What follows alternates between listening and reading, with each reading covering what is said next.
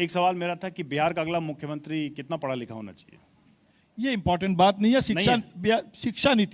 शिक्षा नीति इंपॉर्टेंट है कि बिहार में जो भी मुख्यमंत्री बने उनकी शिक्षा नीति ये होनी चाहिए कि पूरे बिहार में जो बाबा साहब अम्बेडकर ने कहा था, शिक्षित बनो, संगठित हो, संघर्ष करो। तो बिहार को पूरी शिक्षा में, पूरे बिहार को शिक्षा से लैस करने के लिए शिक्षा नीति होनी चाहिए। बात कहेंगे कि कोई डिग्री की आवश्यकता नहीं है, लेकिन अगर कोई किसी ने क्लेम किया कि डिग्री है, डिग्री सही होनी चाहिए, दिखाना चाहिए।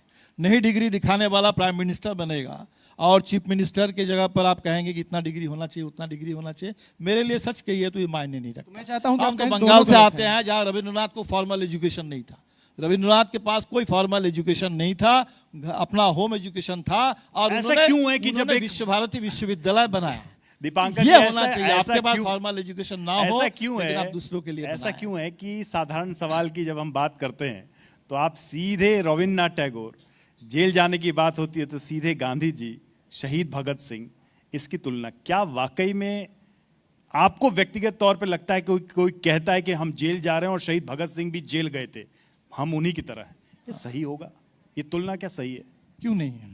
सही है। नहीं क्यों नहीं भाई? कोई व्यक्ति कोर्ट से किसी करप्शन के आरोप में जेल गया, कोई मॉडल और लेकर भगत सिंह अंग्रेजों के खिलाफ लड़ते हुए जेल में गए, ये कैसे तुलना हो सकती है? नहीं बिल्कुल। मतलब मैं चाहता हूं कि मेरे दर्शकों को समझाइए कि एक व्यक्ति को कोर्ट ने कहा तुम अपराधी हो, तुम्हारी ये सजा है, भारतीय संविधान के अनुसार तुम्हें मौका दिया गया, तुम साबित करने में विफल रहे और तुम्हें इतनी सजा दी जाती है। वो व्यक्ति उठ के कह दे कि हमें जेल जाने में कोई दिक्कत नहीं है, भगत सिंह, गांधी जी सब जेल गए थे, तो ठीक है। हमें लगता है कि भगत सिंह को याद करे, गांधी को याद करे।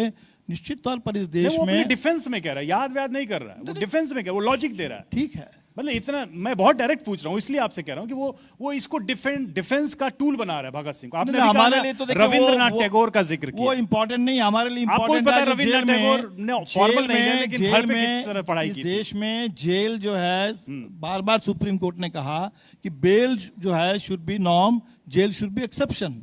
और उस देश में अभी उमर खालिद से लेकर के तमाम नौजवानों को पिछले 5 साल से जेल में बंद है, जेल में सड़ रहे हैं।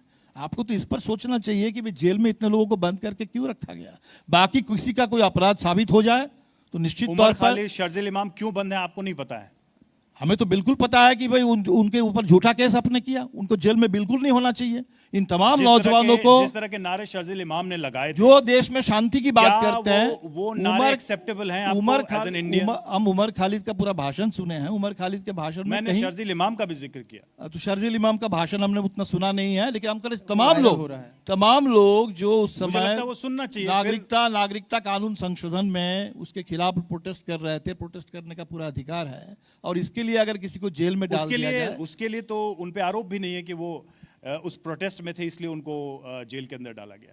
आरोप तो कुछ और ही है उनके ऊपर। नहीं तो जो भी आरोप है, तो अभी तक तो कोई ट्रायल भी नहीं हुआ, कोई भी आरोप को लेकर के ट्रायल भी नहीं हुआ। आपको तो, आप लोग भी नौजवान हैं, आप लोगों को सोचना चाहिए कि भाई 5 साल से आप ही की उम्र के नौजवान हैं, उनको उम्र कैद की सजा मिल रही, उमर खालिद उनका नाम है, और जेल में सड़ रहे हैं। हमें इतने लड़ करके इस देश को आज़ादी मिली, उस दौर में कितने नौजवानों ने शहादत दी। इसके लिए इस देश में किसी का कोई आरोप साबित भी नहीं होगा, कोई ट्रायल भी नहीं होगा, पनिशमेंट ही प्रोसेस हो जाएगा, प्रोसेस ही पनिशमेंट हो जाएगा। ये तो मेरे ख्याल से होना नहीं चाहिए बिल्कुल। देश में जो हो रहा है नौजवानों के साथ, ये हमें लगता है आप मानते हैं कि इन दोनों को छोड़ देना चाहिए? बिल्कुल, इन दोनों को, ऐसे बहुत सारे लोगों को, भीमा कोरेगांव में जिन लोगों का, सब लोग, जितने लोग फर्जी मुकदमे में देश में हैं, पॉलिटिकल प्रिजनर्स हैं, उनके लिए एक शब्द है prisoners of conscience. Prisoners of conscience जो है, किसी विचार के लिए किसी को जेल में रखना, वो बिल्कुल गलत है। और फिर वो वापस समाज में आके वही विचार रखते हैं, जिससे तो विचार प्रतिबंधित नहीं है। विचार प्रतिबंध, ये बार कोर्ट ने कहा, विचार प्रतिबंधित नहीं है। कोई विचार रखता है तो वो क्या कोई विचार, पहली बात, आरोप तो यही है, सुप्रीम कोर्ट ने बार कहा कोई भी विचार प्रतिबंधित नहीं है। आपका कार्रवाई आप क्या कर रहे हैं, आपका एक्शन क्या है, किसी एक्शन को आप प्रतिबंधित कर सकते हैं। अगर कोई विचार नहीं, माफ कीजिएगा, किसी लोकतंत्र में कल आके कहेगा दीपांकर जी आप ऐसा सोच रहे थे, तो दीपांकर जी आपका चेहरा देख करके कश्मीरी सेपरेटिस्ट का भी सपोर्ट करेंगे, क्योंकि वो भी तो विचार कहेंगे कि दीपांकर जी आपका चेहरा देख करके लग रहा था कि आपके दिमाग में ही बात चल रही थी। तो ये जो नहीं, thought- हम इस थोड़ा- पर जॉर्ज थोड़ा इसको ऑरवेल factual होते हैं ना। जॉर्ज ऑरवेल ने 1984 में लिखा ये थॉटफुल। जेके एलएफ वालों ने एक विचार के तहत नहीं, चलिए हथियार बिहार उठाया, की बात हो फिर रही था, पार्टी हो उसमें गई। क्यों कश्मीर में जा रहे नहीं, हैं? चूंकि चलिए। आपने एक बात कही उस रेफरेंस में मैंने कहा